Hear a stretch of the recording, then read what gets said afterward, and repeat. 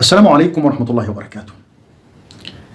سؤال: لماذا يخاطب الخالق عز وجل يخاطبنا أو يعرفنا بصيغة الجمع عن فعله سبحانه وتعالى في معظم كتابه، في معظم الآيات في كتابه؟ إنا نحن نزلنا الذكر وإنا له لحافظون، إنا نحن نحيي ونميت، نحن أعلم بما يقولون سبحانه وتعالى. طب إيه المعنى من كده؟ هل كما قال العلماء هي للتعظيم؟ وليه طيب ذكر بس في حالة موسى عليه السلام وعلى الأنبياء جميعا السلام؟ حينما كلم الخالق موسى قال: أنا الله، إني أنا الله رب العالمين. رب العالمين، افهم دي كويس. بس لاحظ إن هنا في كلمة تكليمة دي تحط تحتها مليون خط.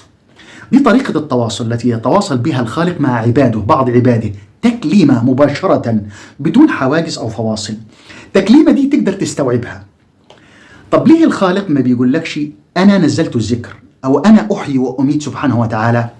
افهم كويس. الخالق يغير ولا يتغير، فما ينفع، لا يصح سبحانه وتعالى أنه يتواجد في منطقة زمنية. هتؤثر إزاي؟ احسبها بعقلك.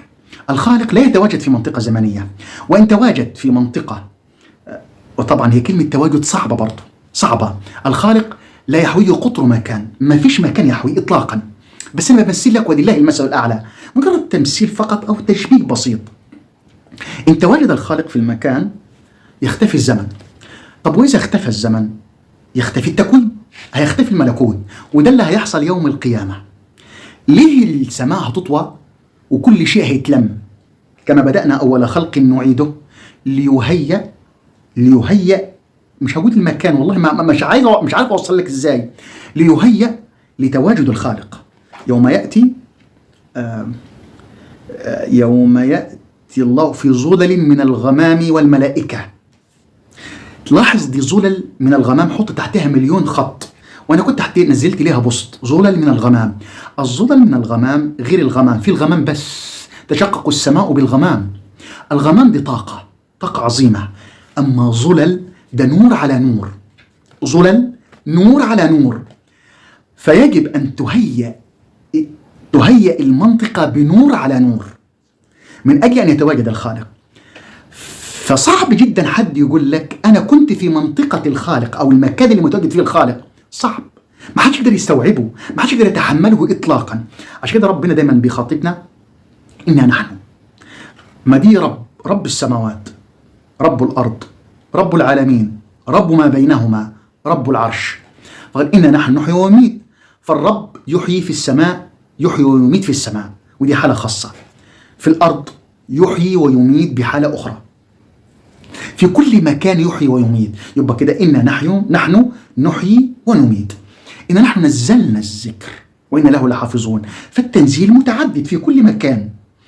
تنزيل الماء، تنزيل الذكر، تنزيل. فده بيحتاج أرباب متعددة، قوى متعددة بيستخدمها الخالق عز وجل في إدارة ملكه سبحانه وتعالى.